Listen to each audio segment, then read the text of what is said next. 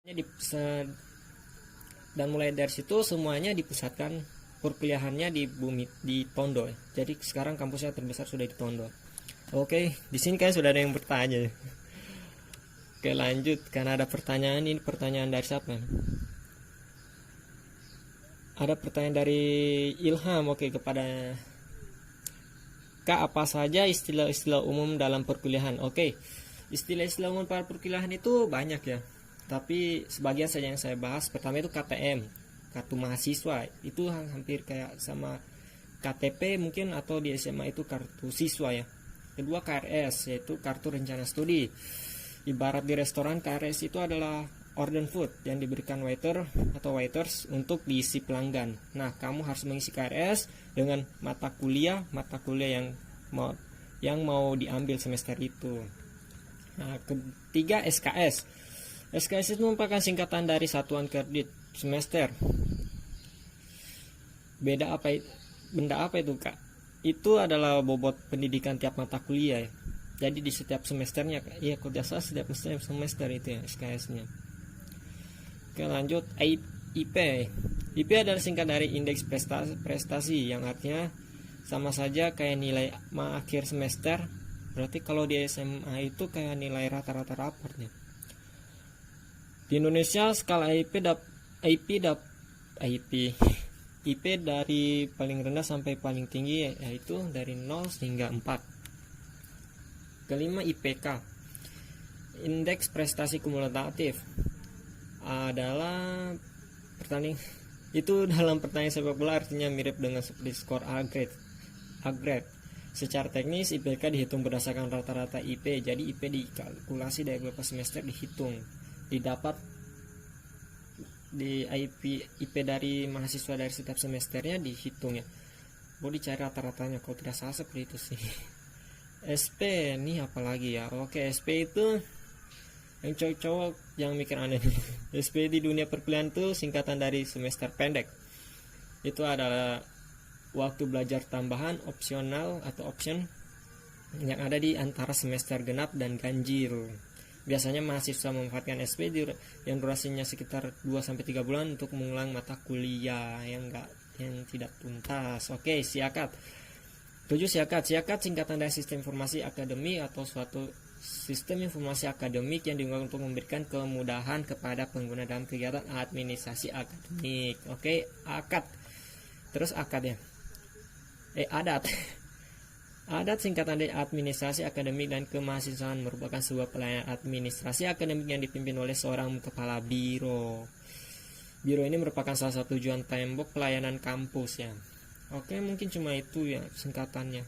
Nanti juga kalian kalau masuk perkuliahan pasti tahu ya. Mungkin ada BEM, HMJ, himpunan, banyak lagi ya. Oke.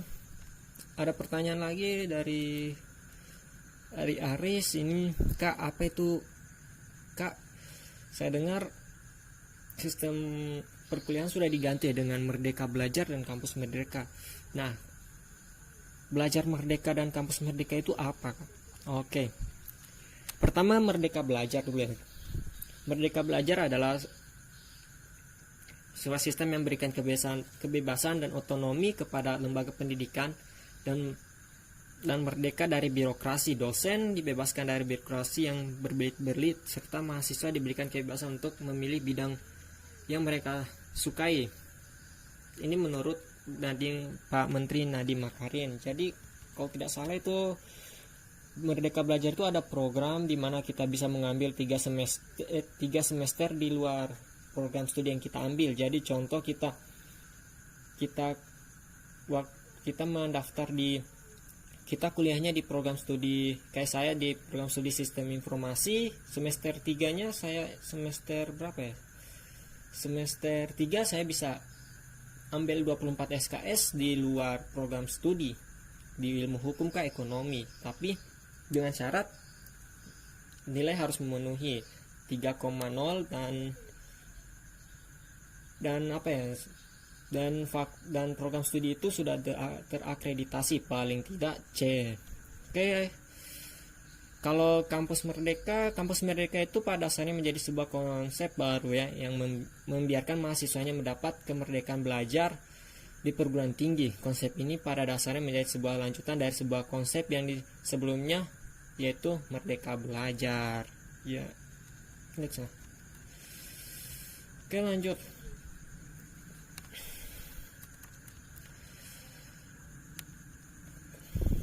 Tujuannya sendiri dari kampus merdeka itu adalah agar mahasiswa nanti memiliki kemampuan untuk menguasai beragam keilmuan yang berguna di dunia kerja nanti. Dan kampus yang merdeka sendiri ada 4 hal yang disampaikan oleh Pak Menteri Nadiem Makarin.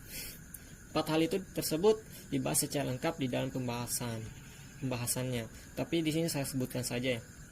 Pertama itu, kebijakan itu mengubah PTN Satkers menjadi sebuah PTN BH. Adanya penyederhanaan pada akreditasi perguruan tinggi, membuka prodi baru, dan terakhir adanya kegiatan 2 semester di luar kampus. 3 semester di luar kampus. 4 kebijakan tersebut pada dasarnya akan mendorong keberhasilan dan penerapan kampus merdeka yang diterapkan nantinya. Semua pihak tentu perlu mendukung adanya penerapan kampus yang merdeka, membentuk mahasiswa yang lebih siap menjadi SDM. Tapi menurut kalian gimana? Kita 3 semester bisa mengambil, tapi sebenarnya opsinya, jadi boleh diambil, boleh juga tidak. Jadi, tapi kalau untuk mengambil, apa terjamin ya kita bisa menguasai kompetensi yang ada di program studi kita?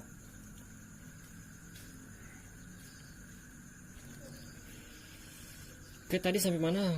Putus tadi, jaringannya kurang bagus, jadi keluar dari spoonnya. Oke, jadi sebenarnya tapi ada keuntungan yang lebih ya dari kampus merdeka, belajar merdeka, kampus merdeka, dimana nanti nilai tambahnya ini kita bisa magang di salah satu perusahaan yang sudah kerjasama dengan kampus kita, dan disitu menjadi nilai tambah di CV kita nanti kalau mau belajar, mau apply pekerjaan ya di perusahaan lain. Jadi sudah ada di CV kita itu sudah ada pengalamannya. Nah, tapi bukan cuma itu saja. Jadi kita juga bisa tidak masuk kampus ya selama 3 semester dengan mungkin menjadi guru bantu, terus apa ya, pengabdian kepada masyarakat, wirausaha. Tapi dari semua itu pasti ada dosen pembimbingnya ya, yang akan mengkalkulasikan penilaian nanti. Jadi kalau kalian penasaran lagi, mungkin kalian bisa, kalau yang maba mungkin silakan bertanya pada dosennya atau siapa seniornya, mungkin sudah ada yang mengerti juga itu.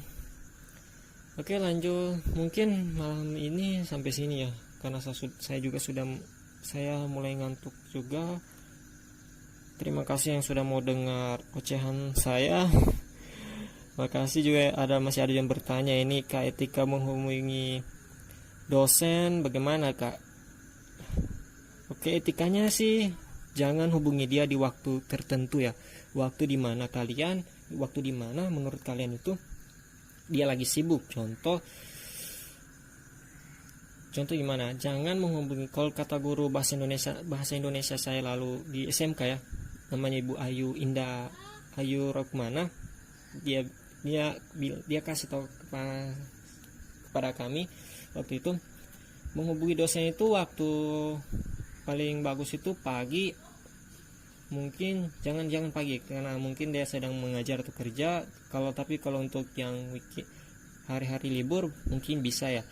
Terus waktu yang paling bagus juga itu habis sholat isya sampai jam 9 itu bagus untuk bertanya kepada dosen. Oke, pertanyaan. Oke, mungkin terakhir tadi ya pertanyaannya, banyak ini yang bertanya di room. Oke, mungkin nanti sambung besok ya, karena sudah malam juga, sudah mulai tengah malam, sudah jam 20, jam berapa sekarang? Sudah mau setengah 12, jadi saya cukup sampai di sini dulu. Untuk teman jangan lupa love ya, jangan lupa juga untuk ikuti room Jejak Hati ya, karena mungkin besok kita akan kembali ke tema, kita akan bahas seputar dunia perbucinan, seputar dunia apa ya, bucin-bucinan. Oke, sampai sini ya, terima kasih sudah mendengar ocehan. Oke, bye bye.